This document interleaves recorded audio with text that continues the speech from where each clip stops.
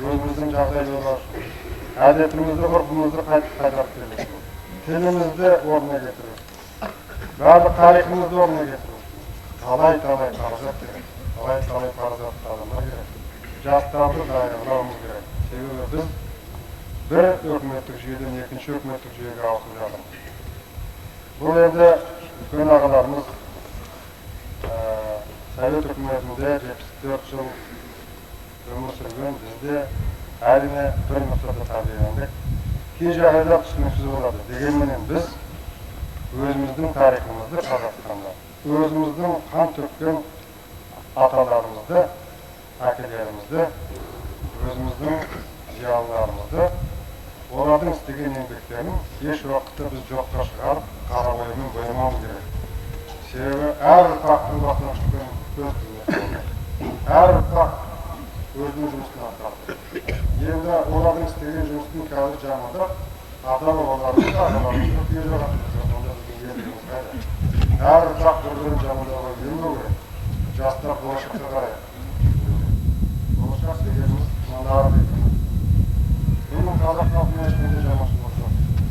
Оның бір сөзбен қарсы сөзбен айтқандағы болашақтың жағдайы әр адамға қайда еңбек істейді, өкімет істейді, жеке меншіктерде қызмет істейді, әлде бір басқа ұйымдарда қоғамдарда істейді, барлығына еркін. Өзінің тапқан табысын өзі пайдалану керек. Әрине өкіметке беретін қоғамдардың салығынан басқаның барлығын өзіне жасау керек. Сондықтан біздің жастар, қазақтың жастарын үлкен дегенменен қазақ халқының көпшілігі ауылда тұрады. Ауылдарда салынған өмірді жекеменшікте біз ауылда тұратын халыққа оның көп бөлшегінің үйіне жағын ойлайды. Бұл менің ұстанымым. Ал енді басқаға халық болу, ел болу, ең алдымен өз халқымыздың қазақ халқын. Анау ақырын жақтың айтқан сөздерін, олай басқада ұлдарымыздың айтқан сөздерін, сөйлеміміздің қалдыратын салғылықтың айтқан сөздерін оңай қараңдар. Баяғыда ақтабашылардың болған кезде елдің ұлы билері жинап, Абылқайыр ханды ақтаған дұрыс. Әскерінің басын жинап, сол әскерді басқарды. Бүкіл қазақ халқының әскері жоңғарларға ойсырата соққы берді. Сол соққының аяғы баянды болмады, шекарадан өтіп, олар өзінің жеңісін пайдаланып, жоңғарлардың ордасын талқандай алмады. Неге? Өз халқымыздың ішінде бірлік болған. Лауазымға таласып, ру болып, жүз болып, бүт шықтымыз шықтыдағы пайдаланылмай қалды. Одан бері қарай келетін болсақ, Кенесарының басқыншыларға қарсы шыққан күресі кезінде, оны орыстардан көреміз, қырғыздардан көреміз, шынын мәнін айтып бергенде, өз қазағымыздың ішіндегі, әскердің ішіндегі бірлігі. Тарихымызда келек, мынау география жағына келек, тағдырымызға қарай келек, жерімізді қарайық, қартадан. Мынау ұлы орыс халқыменен тағдырымыз бір болып кеткен халықпыз. Қазақстандағы тұрып атқан екі этностың қазақ пенен орыс негіз. Бұл халықпенен достық жасамасақ, бірге болмасақ, түбегейлі білекпенен бірді ғана жеңесің. Білімменен мыңды жеңесің. Сондықтан менің жүргізіп жатқан саясатым, мынау солтүстіктің барлығын көршілес болып отырған ұлы Ресей мемлекетінің халқыменен сөз тауып, достастықпенен, түсіністікпенен өмір сүру керек. Оңтүстікте жатқан Орта Азиядағы ағайындарменен дос болу керек. Шығыста жатқан ұлы Қытайменен дос болу керек. Ешкімге біздің аларымыз береріміз жоқ.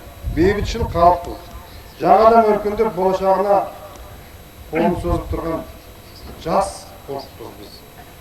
Бұл ұлттың энергиясының барлық әлі ішінде ұлт энергиясын көрсеткен жоқ. Сол энергияны қайда жұмсаймыз? Күреспен төбелеске, жік-жікке бөлуге Анау жаман тек қана қазақ жақсы, жеріміз тек қана қазақтікі деп қойсақ, ойлап қарасаңдар, басқа халық бір күні сол пәлеге жақындамау жағын ойламасақ, тағы да елдік болмайды. Қазақ халқының мүддесіне, болашағына тыныштық жарасады. Сол керек. Ел арасындағы тыныштық. Сондықтан кейбір азаматтар бәлем партияда болдым, түгем партияда болдым. Ананыкі жаман, тек қана қазақтың тілін төбелеп отырып барлығына үйрету керек деген мәселені қою керек. Қазақтың тілі мемлекеттік тілі болды. Біз ұрпақтарға өз тілімізді орнына келтіріп, одан ары қарай өркендетуіміз қажет. Бірақ та сол тілді көтереміз деп, басқа тілдің барлығы керегі жоқ десек, онда тек қана Қазақстанның шекарасында отырамыз да мақұлық болып қаламыз. Орыстың тілі арқылы қазақтың жастары елі дүниеге шықты. Біріккен ұлттар ұйымындағы 6 тілдің бірі. Ол тілді тастауға болмайды, себебі біз басқа тілді білмейміз одан басқа. Сол тіл арқылы мәдениетке, ғылымға шықты. Ал енді соның барлығынан жұрдай болып ұмытып кететін болсақ, онда не болады? Сондықтан қазақтың тілін, мәдениетін, әдет-ғұрпын өркендете отырып, басқа тілге, басқа жұртқа тіл тигізбеуіміз керек. Әркімді өзіңдей көр. Өзіңді ойла. Өзіңе біреу не істегісі келмейтінін ойласаң, басқаға да соны ойла. Өзіңе жақпайтын мінезді, маған көрсетпесе екен біреуден деген мінезді басқаға да көрсет, жақсы мінезді. Сонда ғана ел боламыз. Қазақ халқының жас энергиясын біз демократия елміз. Барлық халықтың құқысын түгелдей, бірдей деп санайтын елміз. Ешкімге жәбір көрсетпейтін елміз десек, бізді дүние жүзі түсінеді. Дүние жүзінің ішінде қазақ халқына деген сый құрмет болады. Бүкіл жер шарында. Сондықтан айтайын деген екінші мәселем, бұл халықтардың дұрыстығын сақтау, дұрыс төбелес, жанжал қақтығыстан Алла бізді сақтасын деп жүрмін.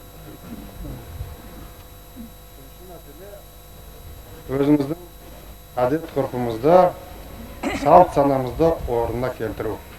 Барлығымыз большевикпіз деп айғайды салып, талай салтымыздан арылып қалдық, мәдениетімізден арылып қалдық. Мынау дін мәселесі деген ол мәдениет мәселесі. Әр елдің жұрттың өз мәдениеті бар.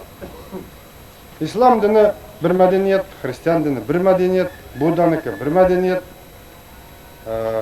еврейлердікі бір мәдениет, жойыттердің барлығы да мәдениет, мәдениетке байланысты. Әр діннің өзінің адам баласына деген жақсылығы көп. Жаңа ақсақалдар айтып тұр ғой, имандылықты, жақсылықты жолдайтын деп. Мұсылман болу үшін әр адамға 5 шарт бар. 5 шарттың бәрі де адам баласының басына жақсылыққа шақыратын. Сол жағыменен жүретін болсақ. Мешіттердің барлығы жабылып қалды мінекей. Қайтадан рұқсат беріп аштырып жатырмыз барлығын. Алматыдан да мешіт салынып жатыр. Бұның жақсы жағы адамды жақсылыққа, имандылыққа, жәбір көргендерге көмектесуге, мүсәпірлерге көмектесуге, елдің бірлігіне, жақсылыққа баулайды. Жаманшылықтан аулақ бол дейді. Сондықтан бұл жағы дұрыс мәселе. Ал біз сол діннің дұрыс жолдарын түсіне алмай, дүмше молдалар ауылдарда көбейіп кетіп, неше түрлі бәлені исламның дінінде жоқ нәрсені өзімізге тауып алдық. Сондықтан білімді молдалардың сөзін тыңдау. Ойлап қараңыздар. О дүниеге кеткен адамдардың басын бір көп тұрып үлкен қорған саламыз. Төбесін жабамыз, ол шариғатта жоқ. Қанша шашылып жерлейміз, артында бала шағасы қалып бара жатқан о дүниеге кеткен адамдарға шашылып, бүлініп, неше түрлі қаражатты шашу деген күнә. Айтсыншы мына жігіттер. Солай. Молдалар. А біз не істейміз? Бірімізбен біріміз бәсекеміз. Кім көбірек таратады, кім көбірек береді. Сондықтан дінді дұрыс түсіну үшін мына мешіттер керек, сауатты молдалар керек. Әйтеуір тіл қайтаратынның барлығы молда деген бәледен ажырау керек. Ал енді бұл діннің басқа жақтары да бар. Мысалы, дүние жүзі жақтырмайтын діннің фундаментал жақтары да бар. Әскер дайындап кісі өлтіретін жақтары да бар. Мысалы, сүнниттер мен шииттер бар. әрқайсысының өзінің ілімі мен білімі бар. Қайтадан әйелдердің басына паранжа жауып, орта ғасырлық жағдайға келтіретін кейбір өте бір жаман жағдайлар да бар. Оған біз бармамыз керек. Бұл барлық дүние жүзіндегідей кәдімгі демократиялық, құқылы, парасатты, өркениетті ел болуымыз керек. Осы жағына жүруіміз керек. Сондықтан мына ашылып жатқан мешітке ішіне кіріп, құтты болсын, қабыл болсын деп айттық. Осы халықтың жақсылығына жұмсалатын болсын. Сондықтан мынау біздің молла ағайындарымыз оқымысты, білімді, халықты жақсылыққа, халықты инабаттылыққа, халықты парасаттылыққа баулайды деп мен сенім білдіремін. Халықты бірлікке баулайды деп сенім білдіремін. Сондықтан биыл Құдайға шүкір, мінекей табиғат жерге астықты да, жем-шөпті де беріп тұр екен. Осыны төкпей шашпай жинап алып, елдің жақсылығына қарай, елдің пайдасына қарай жұмсайтын болайық. Қазақ халқының байлығы да жетеді. Кез алыс емес. Сондықтан қазір шыдамдылық керек, түсінушілік керек. Өздеріңіз сайлаған мынау бізге сену керек. Күндіз түні жарғыларымыз жастыққа тимей, менің ойлайтыным, осы халықтың маған деген сенімін қалай ақтасам екен, қалай жол табамын деп. Мен де бұрын үкімет құрып көргем жоқ, жекеменшік тәуелсіз ел құрып көргем жоқ. Сондықтан мен барлығын дұрыс жасап жатыр екен деп ойламаймын, сіздерге ақылдасуға келген адам. Мүмкін қателесетін шығармыз. Себебі бұл жолмен ешкім жүріп көрген жоқ. Қазақстанда үкімет құрып ешкім көрген жоқ. Қателесетін де шығармыз. Бірақ та ой, көңіл барлығы тек қана халық үшін, тек қана ел үшін. Одан басқа ешқандай ойда, ешқандай істейтін жұмыстар жоқ. Сондықтан жастарды шетелге шығарып оқыту, нарық экономикасын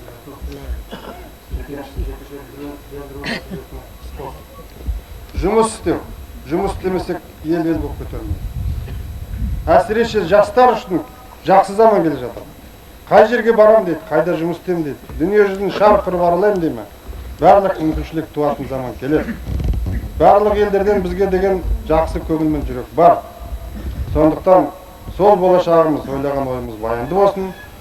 Сіздерге шын жүрегімнен мына жиналып тұрған қауымға рахметімді айтамын, көңіл бөліп, көрейін деп, естейін деп келгендеріңізге. Осы торғай өміріне, бүкіл Қазақстан халқына шын жүрегімнен бақытты болашақ, баянды өмір тілеймін.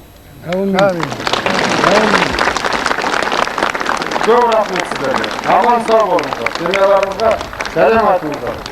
Жақсылық болсын әр үйде, әр жанұяда. Бала-шағаларымыздың қызын көріп, немерелі шөберелі болып, бақытты ғұмыр сүріңіздер.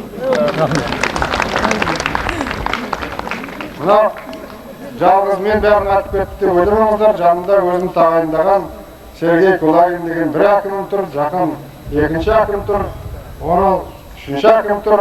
Мынау Мұхаммед өздеріңіз білесіздер, істеп кеткен осы кісілердің істеп жатқан қызметін барлықтарыңыз қолдап, арасына жік салмай, осылардың басшылығын қолдасаңыздар.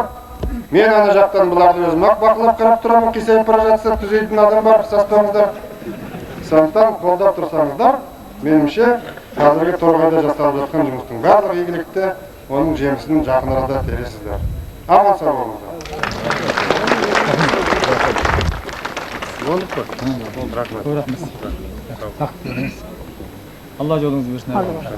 Алла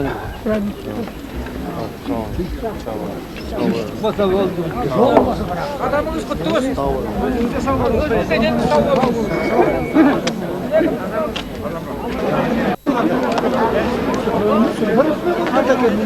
Температураны орнында отыр. Сағат соңырақ көп тұрамыз ғой. Жаубасын ғой өзің.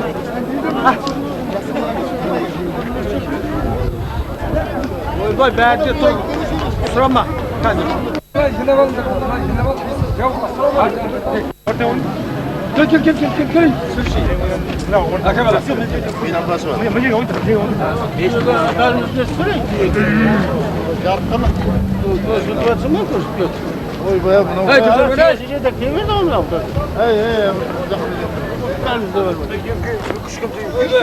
Ана bir soktun öttü görürsün de.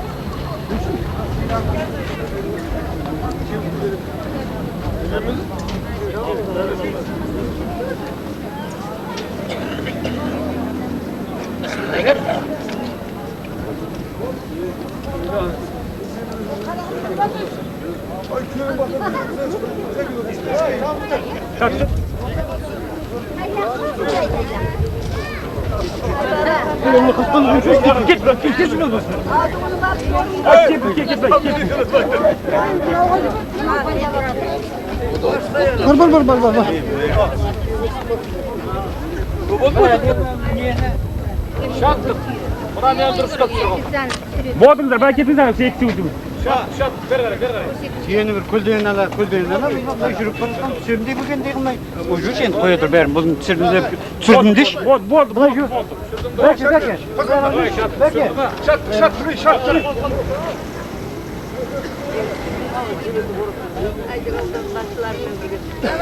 Ya doktor yumulusu kurniye kaldı ona bak. Ana Elif'in o sıvavasını karışır. Şap almak gibi burada. Kamera getir.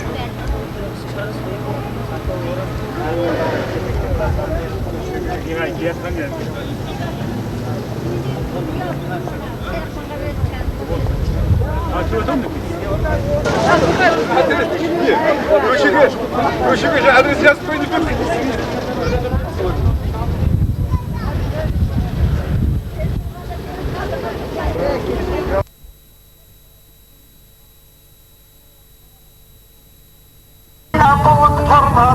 Orta yaşka gelgende koңылтып кайгы орнады. Елуге келген жашың бар, көк сакал шашың бар. Камыт бар кең екен түскен тұман жар деген. Шыққан күнде ашылар, әйшің тағылды, асығындай тауып шашылар. Ебузды балдар-ай, атабызды балдар-ай, енді қайда-ай.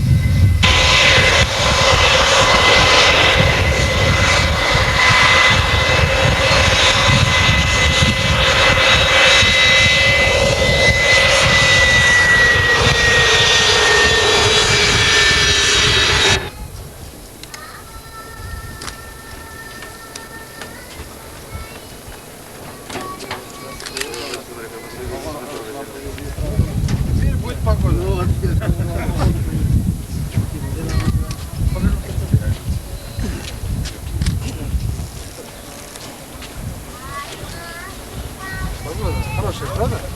Вот так будет теперь. Назад, погода хорошая была. Нет. Время как раз.